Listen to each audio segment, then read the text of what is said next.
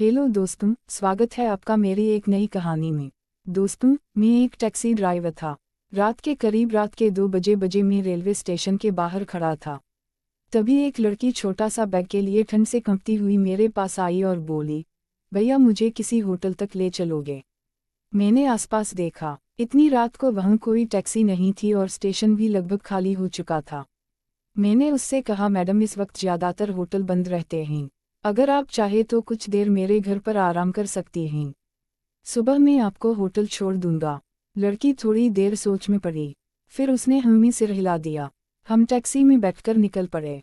रास्ता बिल्कुल शांत था, बाहर ठंडी हवा चल रही थी। वह लड़की काफ़ी घबराई हुई लग रही थी। मैंने उससे पूछा, क्या पहली बार इस शहर में आई हो? उसने धीरे से कहा, मेरा यहाँ कोई नहीं है। यह सुनकर मुझे भी अजीब लगा, लेकिन मैंने उसे भरोसा दिलाया कि चिंता मत करो, सुबह सब ठीक हो जाएगा। थोड़ी देर बाद हम मेरे घर के पास पहुंच गए। यह एक साधारण सा घर था, क्योंकि मेरे माता पिता उस समय रिश्तेदार की शादी में बाहर गए हुए थे। लड़की घर के अंदर आई और थकान से कुर्सी पर बैठ गई। मैंने उसे पानी दिया और कहा, आप यहीं आराम कर लीजिए, सुबह हम आपके लिए होटल ढूंढ लेंगे। उस वक्त मुझे नहीं पता था कि यही रात मेरी जिंदगी की सबसे बड़ी कहानी की शुरुआत बनने वाली है।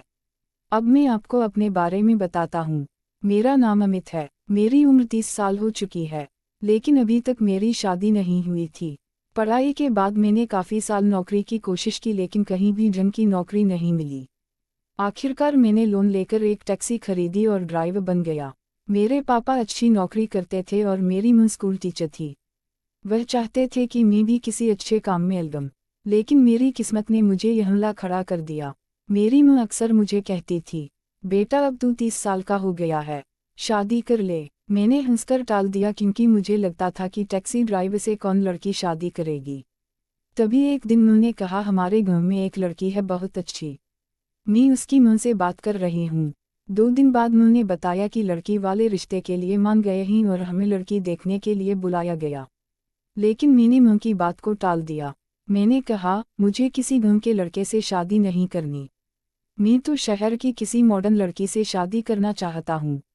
यह कहकर मैं अपने मम्मी पापा को स्टेशन छोड़ने निकल पड़ा। वे दोनों 2 दिनों के लिए रिश्तेदार की शादी में जा रहे थे। स्टेशन पहुंचते समय रात के करीब दिन के 12 बजे बज चुके थे। मैंने सोचा घर पर कोई नहीं है, इसलिए स्टेशन पर ही रुक जाता हूँ, शायद कोई ट्रेन आए और कोई सवारी मिल जाए। रात में टैक्सी चलाने का फ़ायदा यह होता है कि ट्रैफिक भी नहीं मिलता और किराया भी ज़्यादा मिल जाता था। इसी वजह से मैं अक्सर रात में ही काम करता था। वहीं बैठे बैठे कब मेरी ऊँख लगी मुझे पता ही नहीं चला। तभी एक लड़की की आवाज़ से मेरी नींद खुली।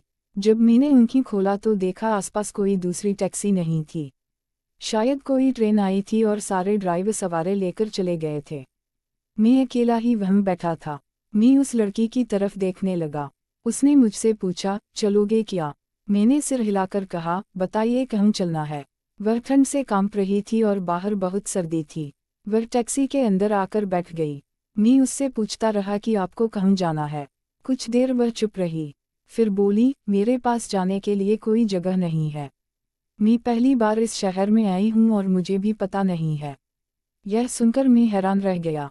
रात के 2 बजे बज रहे थे और इतनी रात में एक अकेली लड़की स्टेशन पर खड़ी थी।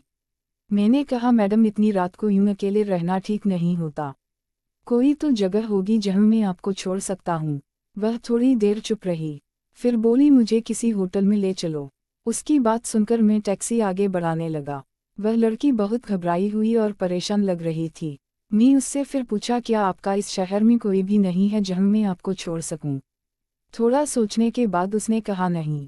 मैंने कहा, फिर इस शहर में आप अकेली क्या कर रही हो? इस पर उसने चुप्पी साध ली। मैं भी खामोशी से ड्राइव करने लगा। सड़क बिल्कुल सुनसान थी। उस लड़की पर से मैं अपनी नज़रें नहीं हटा पा रहा था। लुकिंग ग्लास से उसे देखे जा रहा था। अचानक मैं अपने घर की तरफ मुड़ गया। लड़की ने नोटिस नहीं किया। जब हम मेरे घर की गलियों में पहुंचे तो उसने पूछा, यहाँ होटल है क्या? मैंने कहा, नहीं यहाँ होटल नहीं है, यह मेरा घर है। इतनी रात को होटल मिलना मुश्किल होगा, बाहर रुकना आपके लिए ठीक नहीं होगा। आप मेरे घर में कुछ घंटे आराम कर लीजिए, सुबह मैं आपको होटल छोड़ दूंगा। मेरी बात सुनकर वह सोच में पड़ गई।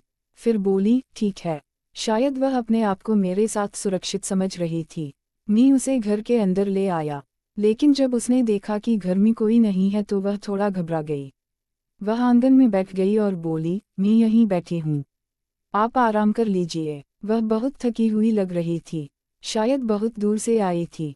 मैंने उससे कहा, आप बहुत थकी हुई लग रही है, अंदर कमरे में जाकर आराम कर लीजिए। वह मेरी तरफ देखती हुई अंदर चली गई। उसने कहा, आपका बहुत बहुत शुक्रिया, अगर आपने मदद ना की होती तो मैं पता नहीं क्या करती। घर के अंदर जाकर वह थोड़ी सहमी हुई थी क्योंकि वहाँ हम दोनों के अलावा कोई नहीं था। मैं भी असमंजस में खड़ा था, मेरे मन में बहुत सी उलझी हुई बातें चल रही थी। मैं उसके करीब गया, लेकिन फिर खुद को रोक लिया। उस वक्त मेरे अंदर एक अजीब सी बेचैनी थी। मैं खुद से लड़ रहा था कि मुझे गलत नहीं करना चाहिए। वह लड़की अकेली और परेशान थी। कुछ देर बाद वह बाहर आई और चुपचाप बैठ गई। रात काफ़ी बीत चुकी थी। सुबह के करीब सुबह के 4 बज रही थी। वह बहुत रो रही थी और बहुत डरी हुई थी। तब मुझे एहसास हुआ कि मुझसे बहुत बड़ी गलती हो सकती थी। मैं डर गया था कि कहीं कोई बड़ी मुसीबत ना हो जाए। इसी डर में मैंने फैसला किया कि इसे यहाँ से किसी सुरक्षित जगह पर छोड़ दूँ ताकि कोई और परेशानी ना हो। मैंने उसे टैक्सी में बैठाया और शहर की तरफ चल पड़ा। रास्ते भर में यही सोचता रहा कि यह सब मेरी जिंदगी को बदल सकता है। स्टेशन के पीछे मुझे एक सुनसान सी जगह दिखी। मैंने गाड़ी रोकी और उससे कहा, आप यहाँ से आगे निकल जाइए, यहाँ से स्टेशन पास है। उस वक्त मैं सिर्फ अपने बारे में सोच रहा था और घबराहट में उस लड़की को उसके सामान के साथ वहाँ उतारकर गाड़ी लेकर तेजी से घर आ गया। उसके बाद मैं जाकर सो गया, लेकिन सुबह फ़ोन की घंटी से मेरी नींद खुली। माँ का कॉल था, उन्होंने कहा कि कुछ ज़रूरी बात हो गई इसलिए हम जल्दी वापस आ रहे हैं। यह सुनकर मैं बहुत घबरा गया। मैंने कहा, माँ क्या हुआ? मैं पहले से ही बहुत परेशान हूँ, कहीं कुछ गड़बड़ तो नहीं हो गई? उन्होंने गंभीर आवाज़ में कहा, घर आकर बताती हूँ। यह सुनकर मेरा डर और बढ़ गया। मुझे लगा कहीं उस लड़की ने कोई शिकायत तो नहीं कर दी। थोड़ी देर बाद मैं उठा, कंबल ओढ़ा और मफलर से चेहरा ढककर साइकिल लेकर उसी जगह पहुंच गया जहां मैंने उस लड़की को छोड़ा था। वहां पहुंचकर देखा कि वहां उसका कोई निशान नहीं था। मैं और ज्यादा घबरा गया और सोचने लगा, वह आखिर गई कहाँ? वह मुझ पर भरोसा करके टैक्सी में बैठी थी और मैंने यह सब कर दिया। अगर मैं थोड़ा खुद पर काबू रखता तो यह सब ना होता। मैं साइकिल लेकर स्टेशन तक गया लेकिन वह वहाँ भी नहीं मिली। फिर मैं घर लौट आया और बहुत बेचैन हो गया।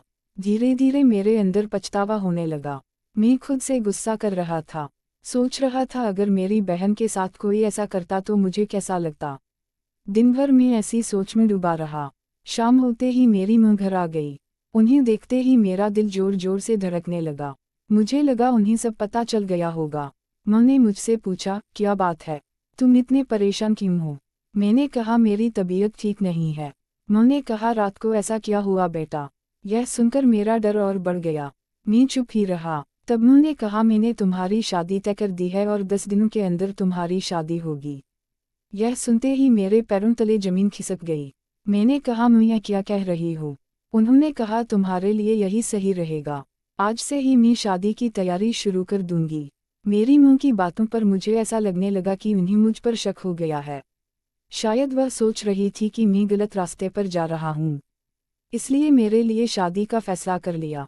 उन्होंने मुझसे सीधे कुछ नहीं कहा लेकिन शादी की जल्दी देखकर मुझे समझ आ गया कि वह मुझे सही रास्ते पर लाना चाहते हैं। मैं भी उनसे अपनी गलती के बारे में कुछ नहीं कह पाया।